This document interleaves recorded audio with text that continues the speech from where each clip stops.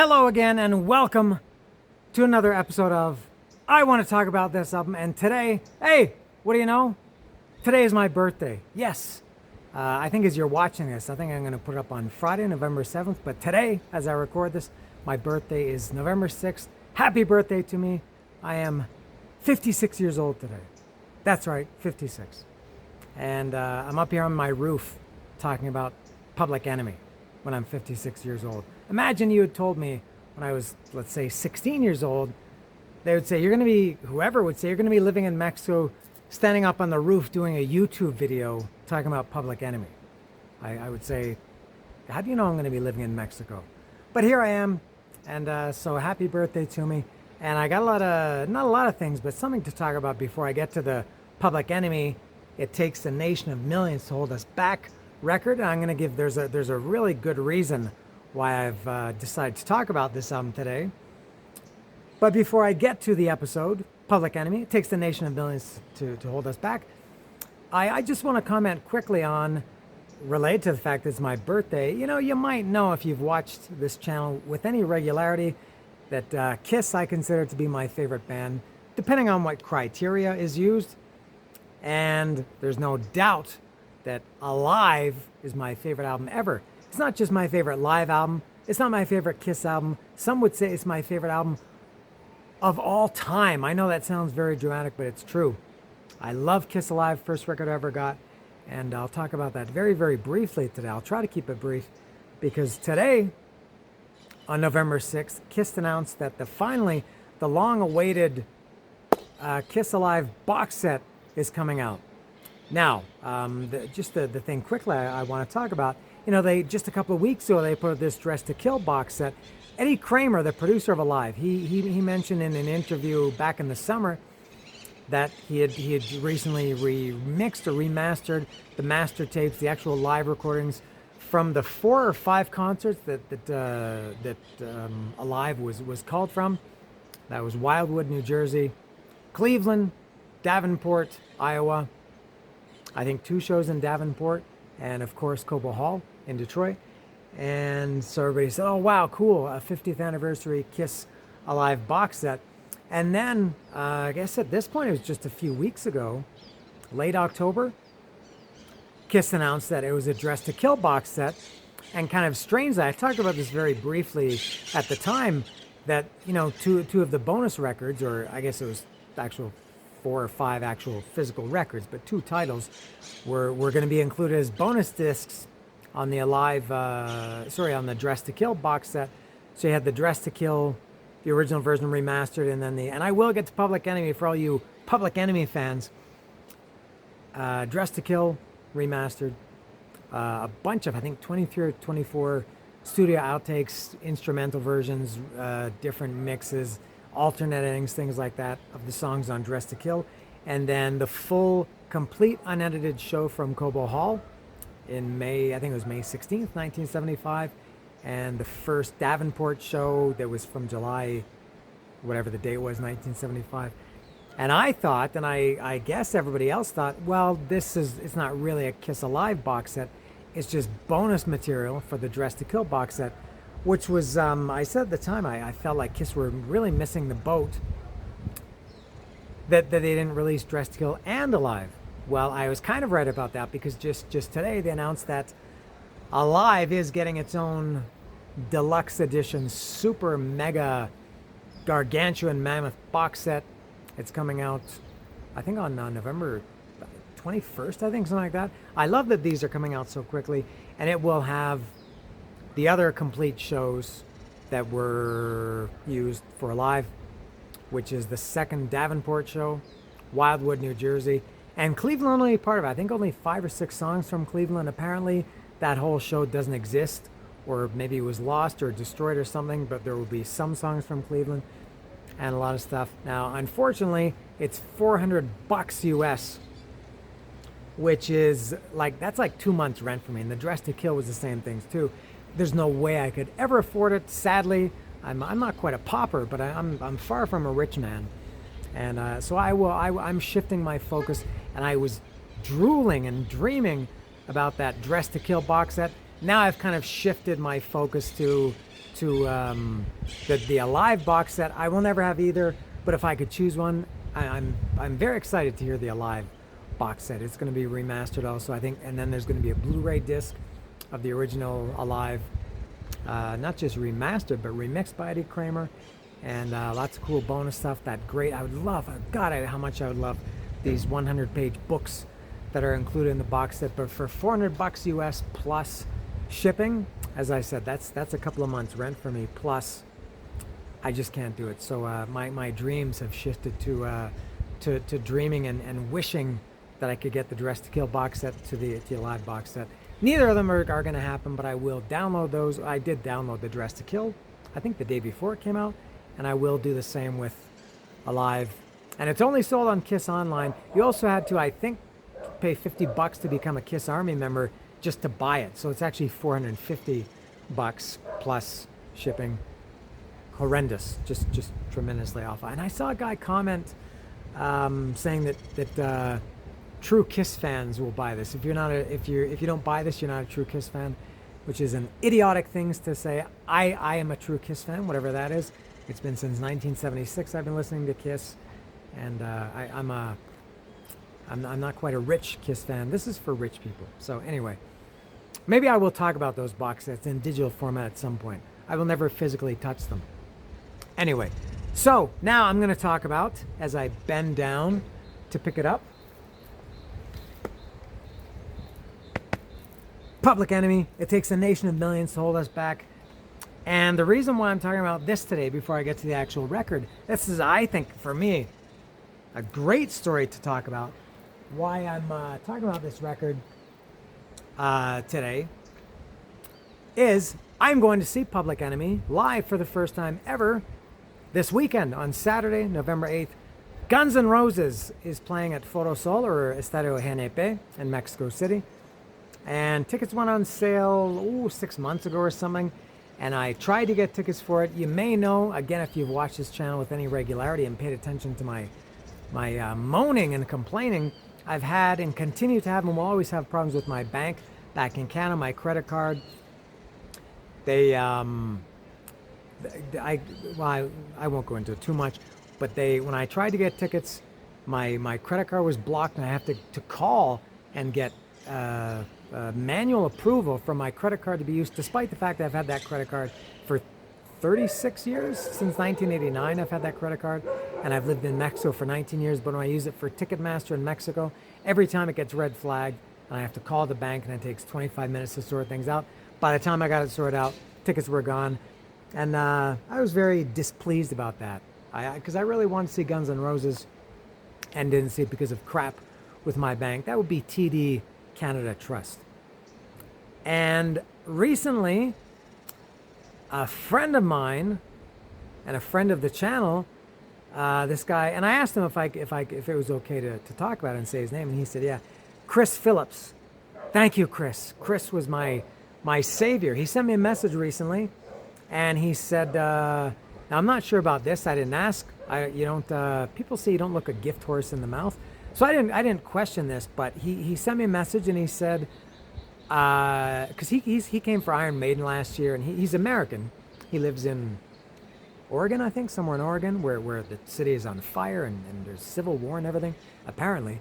And he and his wife were coming to Guns N' Roses this weekend, and he said they accidentally bought 3 tickets instead of 2.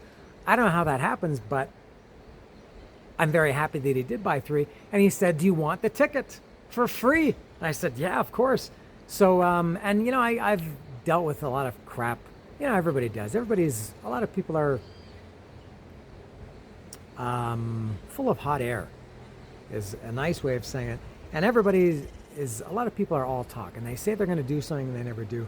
And, it's back and forth, and it's a bunch of crap. Chris transferred the ticket to me immediately. Within minutes, I had that ticket in my my Ticketmaster app, and put in my Google Wallet, and it's a great ticket too. And it's in the general A section. I could be, if I were ambitious, and were willing to stand outside the stadium for 3 days, I could be right in the very front row, but I won't be, because it's a general admission, And I've never been on the floor. I've been to many concerts at this stadium, Estadio GNP, and I've never been on the floor at the front or the back.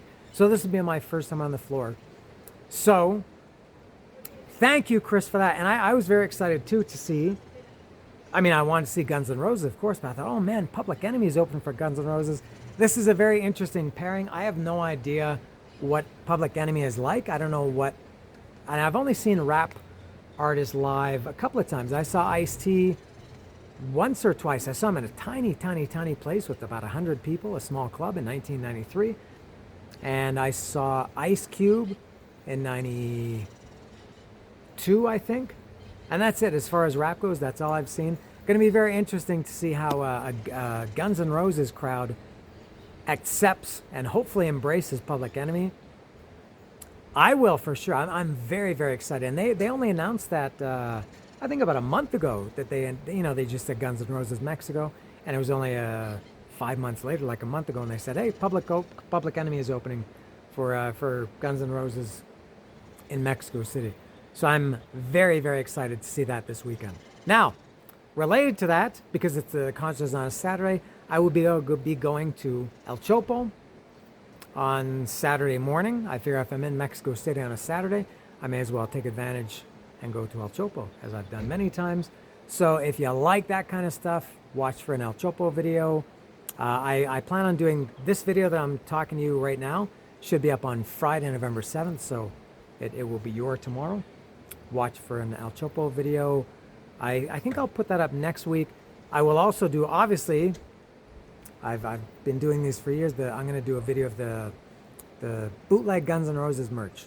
That video should be up probably Sunday or maybe Monday after the concert. They say strike while the iron's hot, so while everybody's searching the internet, searching YouTube for Guns N' Roses Mexico, I will be the only person, I hope, unless somebody is biting my bit, I'll be the only person showing. You'll see lots of videos of people doing this, jumping up and down to It's So Easy or Mr. Brownstone or Double Talk and Jive or something like that. You won't see any of that on my channel. Maybe, not the jumping up and down area, but you will see lots of bootleg merch. So, if you like that, you can stay tuned for that. That is why I want to talk about Public Enemy today. And I should say, I love this album. I've had this album for quite some time, but I just haven't got around to doing an episode. So thank you to Chris for motivating me or inspiring me to do the Public Enemy video today. Now this one, it takes a nation of millions to hold us back. I am a metalhead, a hard rock fan, whatever you want to call it. I like Guns N' Roses, Kiss, Metallica, Slayer, Motorhead, AC/DC, Scorpions, who else? Venom, Soundgarden, Faith No More, Saigon Kick. That's what I like. But I love, and loved a long time ago, Public Enemy. I'm not really a big rap fan, but there was some rap that was amazing. Like really, really good that I liked, almost on par with some of those bands I just talked about. Public Enemy was one. Ice-T was, for me, I think I like Ice-T overall better than Public Enemy, or I'm a bigger fan of Ice-T than I am of Public Enemy. I liked NWA. I had a couple of LL Cool J records. I had Walking with the I think only one, Walking with the Panther. I had, what else did I have? Onyx.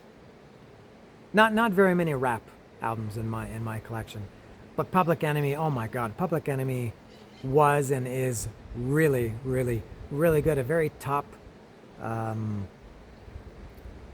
attraction for me. Their music is very, very. It's not rock. I understand that. I know that, and I understand that if you're a metal fan, also, you probably don't like Public Enemy or rap. You probably think you're very clever by calling it crap, putting a C in front of rap because you feel that it's crap. Thus, add the C to make it, the name of the genre match with your feelings of it. I don't think so. I think Public Enemy and Ice-T and some of these other ones are just as valid as any of the metal bands I listen to. And the thing for me that was great about Public Enemy, their music was and is, this album especially, very, very intense. It's not heavy like some of the other bands I like and talk about, but it's very intense music. It has a really, really strong feeling to it, a lot of attitude, a lot of fuck you to it. And I think when I was 18, when this album came out, that was what I liked about it. my brother. My brother's 5 years younger than me, and he was a big rap fan. He was into Beastie Boys. I did an episode 3 years ago, I think, with my brother, talking about Beastie Boys, Paul's Boutique, and I was a big fan of Beastie Boys too, especially that album, Paul's Boutique. And I can't remember. I was trying to figure this out, if it was my brother who first was listening to, because this Takes a Nation of Millions to Hold Us Back came out in '88. Beastie Boys' License to Ill came out in '86.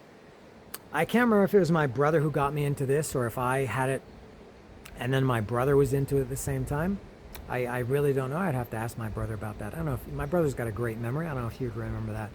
But this album is incredible. And some of my metal friends really liked it too. And it had nothing to do with Anthrax. You know, Anthrax obviously in '91 did a cover of Bring the Noise. And I was already a fan at that point. I'm sure a lot of metal fans got into Public Enemy via Anthrax. I was into Public Enemy before that. I love Public Enemy, but I've never seen them live. So this weekend, Saturday, November 8th, will be my Public Enemy debut, and maybe I'll even show some Public Enemy bootleg merch, maybe even some official merch. All right. So this is a really, I would guess, I don't know much about the world of rap. I would guess this is the rap equivalent of what? This is like the rap album. This is Sgt. Pepper's or Led Zeppelin 4 or whatever in the rock world. I think this is like the top rap album in the whole genre. And probably deservedly so. This is Chuck Ridnour, and Flavor Flav on a hype tip. I mean, a hype drink, so take a big sip. Flavor Flav, you know him from his clock. He's kind of become a character over the last 20 or 25 years. I think more as a character than a rapper or a member of Public Enemy. But Public Enemy, very deadly serious band, and I love this record. But I have to say, it's too long. As I was listening to it, I've listened to it many times in the last couple of weeks, kind of preparing for it and getting in the mood. And I realized that it's just too long. It's 57 minutes, over 57 minutes, and it's 16 actual tracks. Whoops, can you hear me? It's 16 actual tracks, but I think at least four, maybe five of them are what I call filler, and I will talk about those when I get to it. But this is a absolute classic of the genre, which I will go through right now. And I debated whether I needed notes or not. I feel like I'm relying more and more on notes, even for albums that that I've been listening to for 40 years. I don't know why, but maybe I just want to point out some little things. I probably could have done this without notes, but I did take notes, and I will get to them right now. I had to put them on 3 different pages because I'm running out of room in my notebook here. I've only got 2 pages left, and I had some, maybe the last 5 lines of some pages were empty, so I wanted to fill those up so as not to waste any space in my notebook. So I have these written on 3 pages. If I can find, if I were more, okay, here's the first one, first page. Okay, so the first track is called Countdown to Armageddon, and it's filler. It's just an introduction song. It's them taken from, they were playing, Public Enemy was playing a show at Hammersmith Odeon in England. And I should mention too, their first record was called You'll Bum Rush the Show. And I never got into it. I didn't know it at the time. I only got that after I got It Takes a Nation of Millions to Hold Us Back, and went back and got it. Same with Ice-T. I got Power and then went back and got Rhyme Pays. Never got into the first records of either of those bands. But this is, I guess this was on the intro this was taken from, was on the You'll Bum Rush the Show. And it's just an intro of them playing at Hammersmith. The guy introduces them, and that's it. Total filler. It's just a minute and a half, something like that. Total waste, I think. The next song is Bring the Noise. Again, if you're a metal fan, you know this almost undoubtedly as Anthrax. But I knew this before it was Anthrax. Oh my God, this is the rock and roll all night of the rap world, or the I don't know, whatever you want to call it. Can't get enough of this song. And to be honest, when I was taking the notes here, There's I don't really know how to talk about rap. I don't know if I know how to talk about metal or rock, but for rap, I mean, what do you say? It's all samples and beats. There's not much I can say, but I can quote the lyrics, which I will do in earnest, at least for a couple of these songs, including "Bring the Noise," and it's bass. Hello, can you go? Death Row, what a brother knows. Once again, back is the incredible Rhyme Animal, the incredible D. Public Enemy number 150 says freeze, and I got numb. Can I tell him that I really never had a gun, but it's the wax that the Terminator X spun? Now they got me in a cell because my records they sell, because a brother like me said, well, Farrakhan's a prophet and I think you ought to listen to. What he can say to you, what you ought to do, follow for now, power of the people say, make a miracle, D-pump the lyrical, black is back, all in, we're gonna win, check it out, yeah y'all, come on, here we go again, turn it up, bring the noise. Can I continue? What's the second verse? Is never.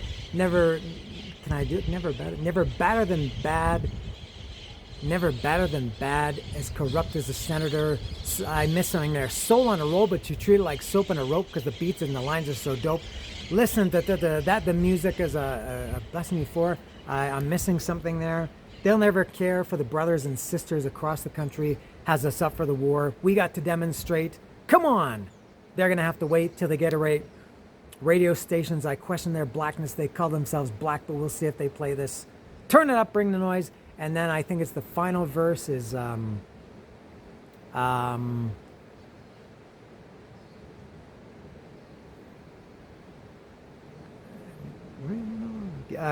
get from in front of me. The crowd runs to me. My DJ is warm. He's ex-icon on norm, you know. He could get a record from side to side, so with the glide should be safer than a suicide. Soul Control Beat is the father of your rock and roll music for something for which you call a band, man.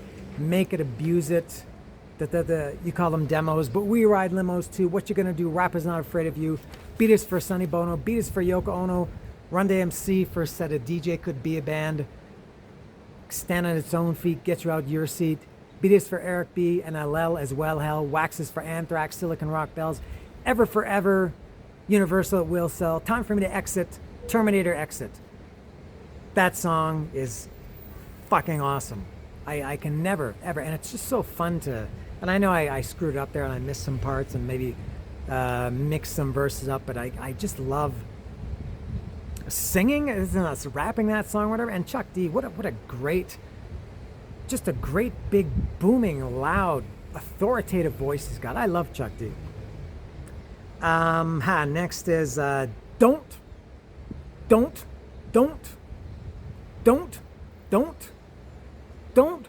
now here's what I want y'all to do for me. Don't believe the hype. Don't believe the hype. It's a sequel. As an equal, can I get this through to you? What's the first line of back? Caught you looking for the same thing. It's a new thing. Check out this I bring. Uh-oh, the level. Turn up the radio. I don't know. I can't do them all. And what's the part in this that I like? I'm going to my media assassin, Harry Allen. I gotta ask him, yo, Harry, you're a writer. Are we that type? Don't believe the hype. Another great song. This album is full of great songs. Next is Cold Lampin' with Flavor. I'm lamping. I'm cold lamping. I got Louis Boy. I'm not tramping. This is Flavor Flav's Time to Shine. It's, just like the Beatles had, some other guys in the band singing songs other than John Lennon and Paul McCartney. They threw Flavor Flav a bone a couple of times, and he sings this one, Cold Lamp with Flavor. Flavor Flav on a hype trip. Yeah, on a hype trip. I'm your hype trip. So take a big sip. And what else? Like chocolate, even vanilla, chocolate, strawberry, sarsaparilla. It's a great song. Flavor Flav, it's too bad he kind of became such a, good for him that he became such a cartoon character. He was the real deal back in 1988. Next is I got to go forward a bunch of pages to get to the other. Oh, here we go. Okay, so part 2 is at the bottom of this page. So track 5 is Terminator X to the Edge of Panic. Terminator X is the DJ, the Public Enemy DJ, whatever that means. And this starts with Chuck D, I guess also from the Hammersmith show. Which is sampled throughout this album. What is this one? Oh, it starts with the very first thing is Chuck says to the crowd, at the count of 3, I want y'all to say the name of my DJ. I don't know why. I think he should know the name, but he wants the crowd to say the name. And he says 1, 2, 3, and the crowd says Terminator X. And Flavor Flav says, I didn't hear that. Let me hear that again. 1, 2, 3, and he counts. And the crowd again says Terminator X. And Flavor Flav says, I think he's suitably impressed by the crowd in London that they know the DJ's name is Terminator X. And it's got the Flash Gordon sample. Flash, it's got that in it. That's the only sample I know from this record. Next is Mind Terrorist. This is more filler. It's a minute and a half, 2 minutes, a minute, something like that. It's just Flavor Flav saying bass in your face and just repeating that. It's just him on a loop saying bass for your face. Filler. Unnecessary. Next is Louder Than a Bomb. What a great song this is. I'm not overly familiar with this, but it's just so intense. Great song. This has got there is a line from this that I love. It's is it this one? There's a guy called Professor Griff who's part of the S1Ws, the security of the first world, and he raps a little bit on this. Chuck D kind of introduces him and says Professor Griff knows, and Griff says, I ain't milquetoast. I used to use that line all the time, saying I ain't milquetoast. Louder Than a Bomb is excellent. Next is Caught, Can We Get a Witness? There's more Professor Griff. I think that's all him. I think he's, I don't know if Chuck even sings or raps on Caught, Can We Get a Witness? Next is Show 'Em What You Got. More filler, although I do like this one. It's got that great smooth sax. I don't know what that's from, but it sounds very cool. It sounds very 70s. It sounds kind of pornish. And it's, again, just filler, a minute and a half, something like that. Which then leads into number 10, which is She Watched Channel Zero. This, I had the album before I think this song existed. This song is driven by the riff, the main, everybody knows that riff from Angel of Death by Slayer. The middle riff, some might say the breakdown riff, maybe the bridge riff, whatever you want to call it. And that riff just repeats again and again. Not just the riff, but the drums from it's a sample of Angel of Death. And I mean, obviously, I'm a massive Slayer fan, so this is maybe not quite my favorite. It's obviously one of them. And this is another one that I knew very well. The woman makes the men. Let me put this down. The woman. I gotta summon my big, deep Chuck D voice. The woman makes the men all pause, and if you got a woman, she might make you forget yours. There's a 5-letter word to describe her character, because her brain's being washed by an actor. And every real man he tries to approach, come the closer he comes, he gets dissed like a roach. I don't think I can handle. She going channel to channel, cold looking for that hero.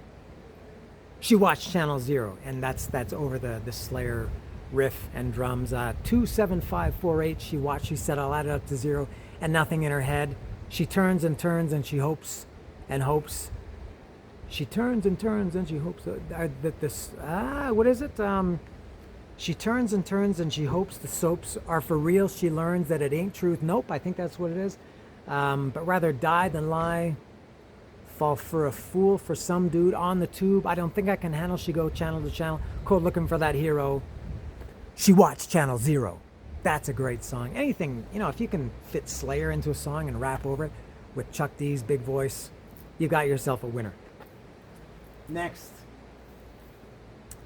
This is probably my favorite song. Next is Night of Living Bassheads.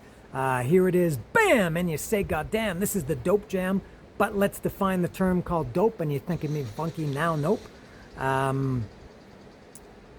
Here is the true tale of the one that fell, yeah. Yeah, Night of Living Bassheads is probably my favorite on the album.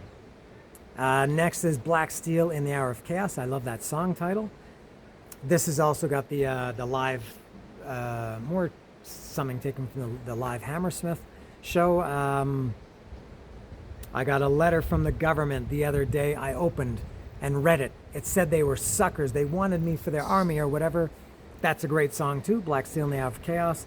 Next is more filler, Security of the First World. It's just like this drum beat throughout the song. And again, it's short, less than 2 minutes. Total filler, unnecessary. A few more here. Next is Rebel Without a Pause. This, now I'm a little bit confused about this. There's a line in this song, in Rebel Without a Pause. Chuck says, radio suckers never play me. Now, Ice-T had a song on his album called Power, and the song was called Radio Suckers. Now, this song is not called Radio Suckers Never Play Me, but that's in the song. And these both, Public Enemy, It Takes a Nation of Millions to Hold Us Back, and Ice-T Power, they both came out in 1988. I don't know in what month they came out. Maybe one was January, the other was December. I don't know. So I don't know who took what from who. Ice-T, as I said, that's the song, and it samples Radio Chuck D. I guess it is saying Radio Suckers Never Play Me, and that's a great album too. Ice-T Power. What's that? Can I quote Ice-T now? I'm living large as possible, posse unstoppable, style topical, vividly optical. Listen, you'll see him. Sometimes I'll be him. Cops, critics, and punks never ever want to see me in power. Well, that's too bad. Apocalypse Now. I'm back and I'm mad. I'm coming. You're running. Something cold and cunning. Ice-T on the mic. Top gunning after your neck. Checking respect. Making you sweat. Rhyme syndicate. Boy in effect. The rap motivator. I have to sing. Do this little rap motivator. Teacher, talker. Night rhyme stalker. So we're chillin' and we're thrillin'. The hit author getting louder than a shotgun. You don't want none. Rhyme Pays was the name of the album, but that was number one. This is number two. The Posse Grew. We're gonna break through. I don't know why I'm singing Ice-T lyrics in a Public Enemy episode, but I just did. Don't worry. There's only two more songs.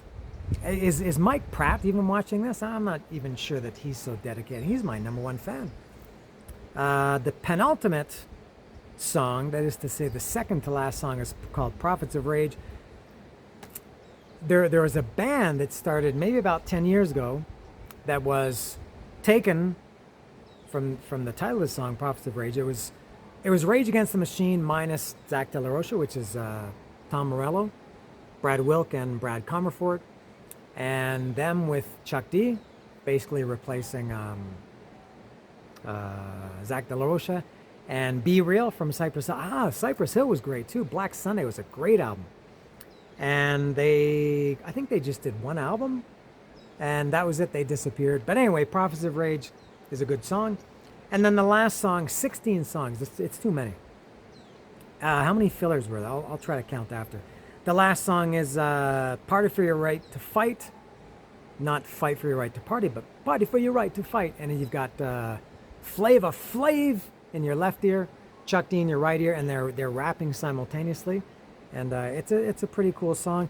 The album title, It Takes a Nation of Millions to Hold Us Back, is taken from one of the lyrics in Party for Your Right to Fight.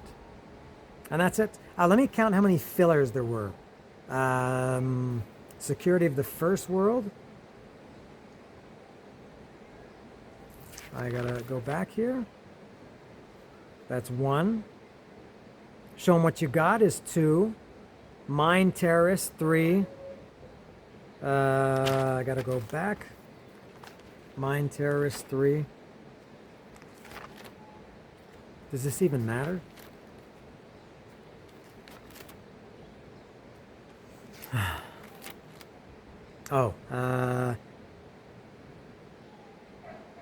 Countdown to Armageddon, the first song is 4. I feel like I'm missing one too. Anyway, yeah, 4 or 5 filler. It would be nice if, and this album is, as I said, it's 57 minutes. I don't know how they can fit it on one record. And I didn't show it either. This is, I love this because I had this when I was like 18 when this was a new record. And I love that it had all the lyrics, which really helped me learn them and always did. And maybe one of the biggest thank you list, along with Anthrax, Among the Living. This was great. It's just black vinyl. There's there if you're interested in such stuff. There it is on Def Jam. There it is.